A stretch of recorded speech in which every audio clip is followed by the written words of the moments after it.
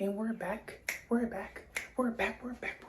Hey, what's going on, you guys? It's your girl Sage Monroe back with another YouTube video. And this video is going to be talking about the power of commitment.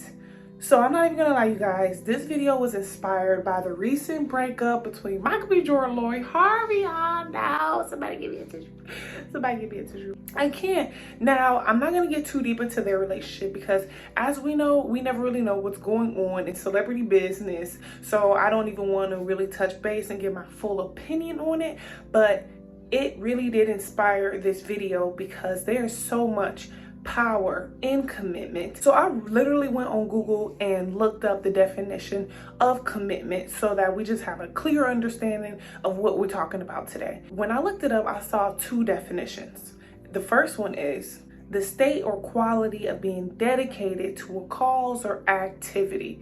I like that one, y'all. I like that one. So let's get into the second definition of commitment. An engagement or obligation that restricts from the freedom of action. I don't like that one, y'all. I don't like that one. One shows beauty, one shows control, one shows discipline, and the other definition creates kind of like a, if I commit to this, then I might not have this later on. It creates kind of a fear. So let's dig deep. I want to give a little backstory on how I reached a threshold in my commitment journey and how it ultimately led to a better relationship that I had with myself. Let me just tell you guys how at one point in time I had to make a decision, and it felt like a very hard decision because I felt like I was at the forging paths.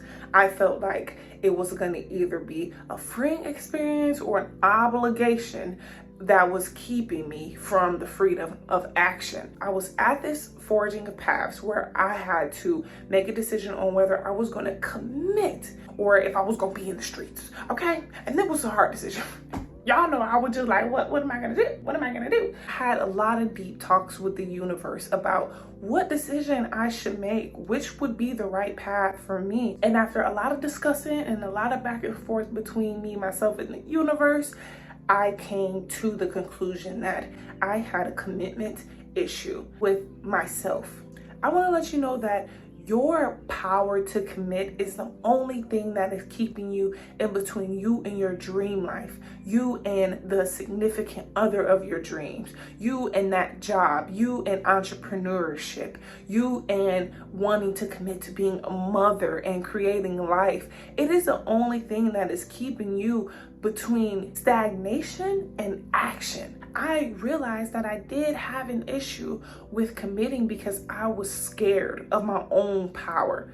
I was scared of committing because I thought if I committed, maybe I couldn't spread my wings in the way that I want to, that I feel like I needed to during this period of time. But that was fear talking. That was not the truth. So let's get into how fear will come and try to attack us when we're at very important times of our life and making decisions and committing to things. Say, for instance, you feel like you wanted to start a business, but you keep telling yourself, oh, I just cannot commit to it. I start, I stop, I start, I stop. This is something that's going on within you and your subconscious mind.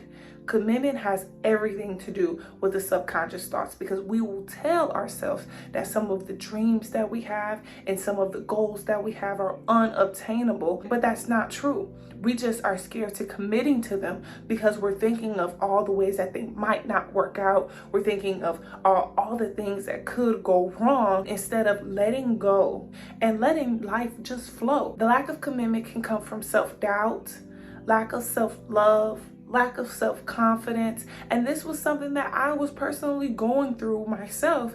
And when I broke through that threshold of I can be in a committed relationship, I can commit to being an entrepreneur, I can continue to be vegetarian with all the good food around me, then I became a brand new person. I leveled up my self-love and my self-confidence, and the universe showed me that whatever path that I decided to go on, that I was going to be okay. But I did have to commit or I was going to have issues. A lot of people who have commitment issues, whether it's men or women, it says a lot more about what they have going on internally than it does about who they are as an existential being. Another step into really getting into commitment and becoming better at committing is to be honest with yourself. why are you not really starting that business? Is it because you really don't have the resources? Or is it because you're scared that if you start it, it'll fail, you'll look crazy, and that it's a bad idea, like you can't get back up and try it again? Because only you really know what's going on in your mind and what is really keeping you, what are those blockages that are really keeping you from excelling and forging a new reality. We all have these subconscious thoughts that are going on in our mind 24/7, telling us a lot of different things, but they aren't at the forefront in our conscious mind, so we don't even notice them sometimes. Also, continue to remember that whatever you're committing to, do it for you. If you have kids, do it for your kids, but mainly do it for you. When you're committing to something for you, it hits in a different area, because not only are you rewarding yourself every time you accomplish something, you are telling yourself, I am powerful, I have the ability, I have the strength, I have the capacity, I did that. And that creates a whole different other spectrum of confidence and self-love and stepping into your power that you may not have had before. Watch your circle. Sometimes when you're stepping into a new era and you're committing to something new, like starting a business or jumping into that relationship that everybody thinks is crazy, you want to keep people in your circle that, regardless of how wild, they're going to believe in you. And even if they don't, you're doing it for yourself, so you're not seeking validation from others. That is a huge, huge part. When you're doing it for you, you continue to step back in your power and remind yourself that I don't need validation. I can do this, and I'm pushing out all unauthentic, unvalidating subconscious thoughts, whether they are coming from myself or whether they are coming from the people that I have nearest to me in my life. Cut it off. Cut the cord on it, because it is not supporting your journey. And on the journey to commitment, so much faith goes into it, so much grit and tenacity goes into it, and that's exactly what you need to stay steadfast and to keep a strong-headedness when you're facing new challenges in life. While we're here, let's just talk about the anti of commitment: procrastination. Y'all, if I had a penny for every second I procrastinated, I wouldn't need to be doing a YouTube channel right now. Procrastination is the anti of commitment. But like I said, it really just goes back into thinking about what your subconscious thoughts are, because you're procrastinating for a reason. Sometimes on the surface, it just looks like laziness, but it's not. It's not just laziness. We have all of these self-doubts that really look like laziness because they paralyze us from ever even getting up and giving it a try. And it happens to everybody all the time, but instead of calling it what it really is, the limiting self-beliefs that we have going on in our subconscious mind, we call it laziness. But procrastination is the paralysis that you have when you feel unable to commit because of your limiting self-beliefs. To tell or not to tell? That is the question. Sometimes when you're forging a new commitment, say for instance, you're starting a new business, and you of course want to tell the people who are closest to you, but sometimes, like we talked about, their limiting beliefs can also come into your mind and make you pull back on some decisions that you were already excited about making because the validation thing that we went over. Remember, sometimes people can still love you, but it's their fear and it's their love for you that is trying to jump into protection mode when you don't need to be protected, you need to be supported. So just remember, you don't always have to share your goals. And I know that might sound crazy, but it's the truth. They're not always going to see the vision because it is your vision to see. It is your thing to commit to. It's your life journey. It's your success. It's better to just keep things quiet and let them see the fruition of it, so you don't have any unvalidating material kind of coming in your mind and making you make different decisions when you are already steadfast on going for what you know. One of the best ways to stay committed in something is to set goals. Now, you can't just wake up tomorrow and be Superman. You have to set small goals. Small. Say for instance, you want to lose 100 pounds. You don't go to the gym and work out for 12 hours straight and try to get it all done in one day. No, you kill yourself. That's just not ethical. Let's say you don't work out at all right now. You start by saying, I'm going to go to the gym at least once a month. Don't have a gym membership? That's fine. YouTube is free. I worked out this morning. Set realistic time goals. If you want to lose 100 pounds, are you going to try to do that in 6 months? Or are you going to try to do that in a whole year? How many times will you go to the gym? What kind of things will you eat?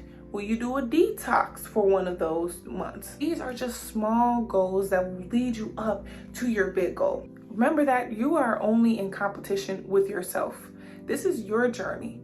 And every single pound that you lose, even if Sally is around the block losing 50 pounds a week, we don't know what Sally got going on, okay? This is our journey. And if you lose 1 pound in a week, remember to celebrate yourself, because that is you doing that. And for who? Yourself, okay? Keep reminding yourself to stay open. There are way more ways for you to accomplish than there are excuses for why you shouldn't be. This is gonna hurt some of y'all, but this needs to be said.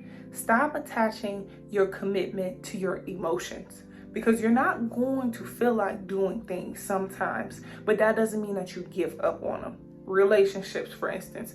Ooh, relationships, man, they will push your buttons. And that sometimes you fall out of love with people, or you just don't feel like it anymore. You know, you're like, you know what? You was getting on my nerves, you know? But when you're committing to something, you're taking the emotion out of it. You're looking at it in a long-term goal aspect. So when we attach our emotions to things, as soon as we stop feeling those emotions, we want to drop them. Your commitment has to be unshakable, because your emotions are going to fluctuate and they're going to flow like the wind. But that doesn't mean that you want to give up on something. Don't give up.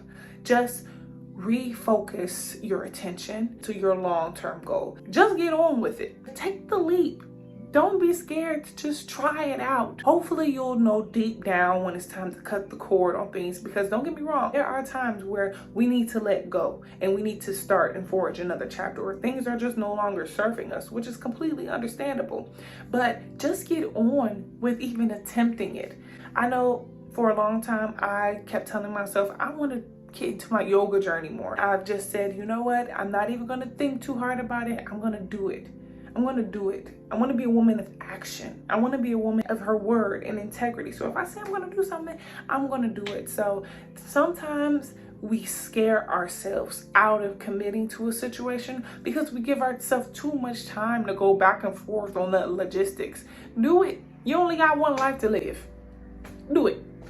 To end off this video, I think it is very important to talk about the relapse. Now, we all have lots of goals that we want to achieve, but we all in the same breath are not perfect. But the last thing I want is for you to begin, stop, and believe that because you stopped, you shouldn't pick yourself back up and give it another go. This is your journey, and it is going to be specifically designed to you. It isn't going to be like, oh, I want to be an entrepreneur and you make $1 million overnight. Those people are lying to you, okay?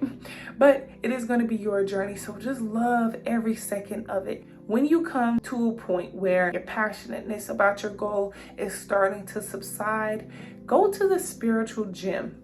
The spiritual gym is a place where you can go to recollect yourself, reforge that energy, and continue to remind yourself who the hell is the boss, okay? So you go into your meditation, you go into your yoga practices, you journal, you meditate, you say your affirmations, where you come out ready to commit to your goals and ultimately to yourself.